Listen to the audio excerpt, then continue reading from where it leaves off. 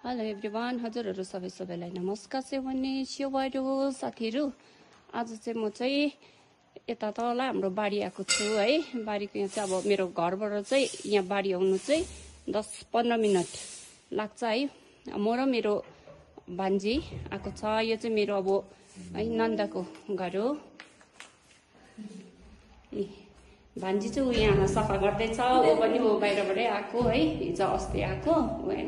यहाँ चाहिँ हुनु चाहिँ बसेको छैन ऊ। नन्द पनि उता सिङ्गापुरमै छ। यहाँ चाहिँ घर बनाइराखेको हो। सधैँ त अब मेरो हस्बेन्ड उनीहरूको मामा हुँदा त मामा आउनुहुन्थ्यो, यसो खिड्कीहरू खोलिदिनु सरसफाइ गरिदिनुहुन्थ्यो है। अहिले चाहिँ अब हामी आएको। यहाँ चाहिँ बनाइराखेको तर अब पछि आएर बस्छ है नन्द। भान्जी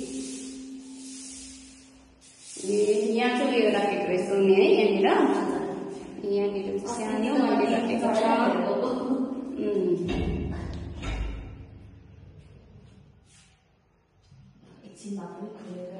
खोलिराख। अस्ति उयो लाग्यो है। यहाँ त यस्तै त हुन्छ, ढुरीहरू परिहाल्छ, हरियो हरियो उयो भइहाल्दैछ है। पानी पनि चुहिँदो रहेछ है। मान्छेहरू बस्ने छैन भने चाहिँ घर घर ल तिमी बढाउँदै गर कि म माथि हेर्छु ल। ल म चाहिँ अब भान्जीले बढाउँदै गर्छ, म चाहिँ अब बारीमा जाँदैछु है। सक्छु नि भने अहिले त सुक्यो होला।